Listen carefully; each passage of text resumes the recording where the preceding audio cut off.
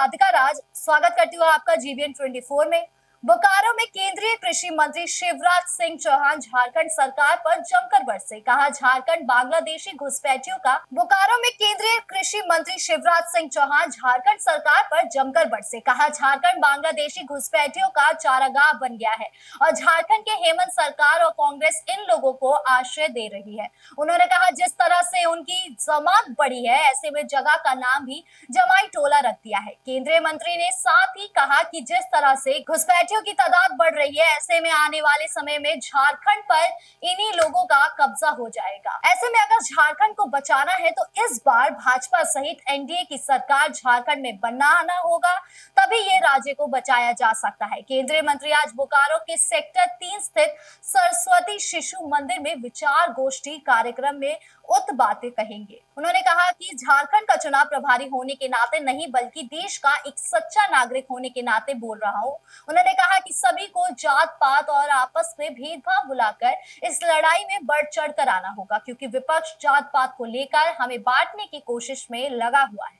उन्होंने कहा कि ये मात्र कुर्सी की लड़ाई नहीं है, किसे मुख्यमंत्री बनाना है किसे नहीं, बल्कि ये झारखंड को बचाने की लड़ाई है।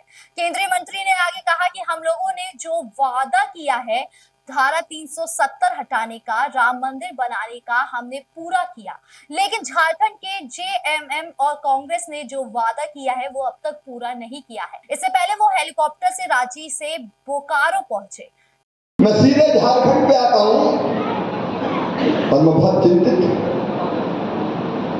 मैं बहुत व्यथित हूं। मन दर्द पीड़ा और गुस्सा सब पता है।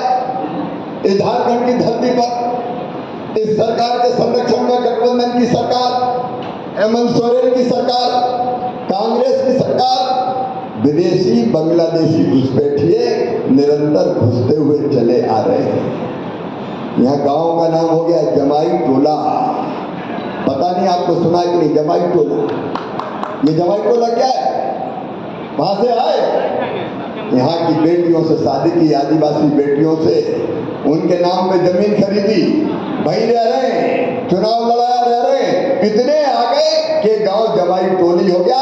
एक नहीं, गांव गांव में ये घुसपैठ कर रहे हैं, खुलेआम आ रहे हैं, सरेआम आ रहे हैं। और ये सरकार उनको संरक्षण देने का काम कर रही है, हेमंत सोरेन की सरकार। ये गठबंधन की सरकार याद रखना, याद रखना।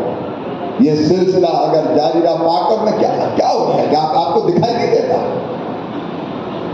सरेआम खुलेआम कैसे संख्या का अनुपात बदल रहा है।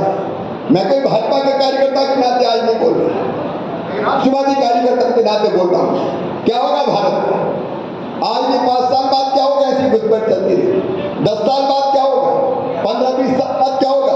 एक तो पश्चिम बंगाल में ममता दीदी घुसपैठियों को सरेआम संरक्षण देती है, और बंगाल की क्या हाल है आप देख रहे हैं। सोच लो, अगर झारखंड में एक बार और ये सरकार बन गई तो झारखंड का होगा मेरे मित्र, झारखंड का क्या होगा? एक बार सोचना, गंभीरता से सोचना, गहराई से सोचना। झारखंड तबाह और बर्बाद हो जाएगा, उसके बाद आप भी हाथ नहीं लगा पाओगे। बहनों और भाइयों, आप भी हाथ नहीं लगा पाओगे। तुष्टीकरण की राजनीति, वोट बैंक की राजनीति इन घुसपैठियों का संरक्षण कर रही है। अभी जगन्नाथ जी बता रहे थे, शिबू सोरेन पहले क्या कहते थे, लेकिन आज उनका बेटा क्या कर रहा है?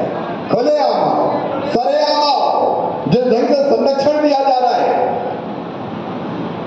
आप बताइए कहां ले जाएगा झारखंड? और इसलिए आज भारत माता पर संकट के बादल छाए। याद रखना, संपूर्ण रात अटल जी ने जैसा वर्णन किया था, आप बताइए अगर एक अंग कमजोर हुआ, झारखंड कमजोर हुआ, तो पूरा देश कमजोर होगा कि नहीं? अरे होगा कि नहीं? चील और कौओं की तरह, गिद्धों की तरह भारत माता झारखंड वाले हिस्से को नोच रहे हैं, नोच के खा रहे हैं। और हम आज मैं आह्वान करने आया हूं मध्य प्रदेश की पवित्र धरती पर, चुप मत बैठो, उठो।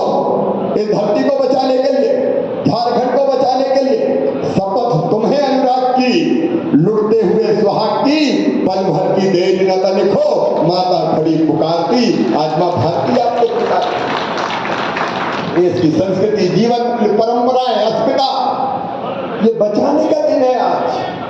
ये चुनाव इस सबको बचाने का दिन है।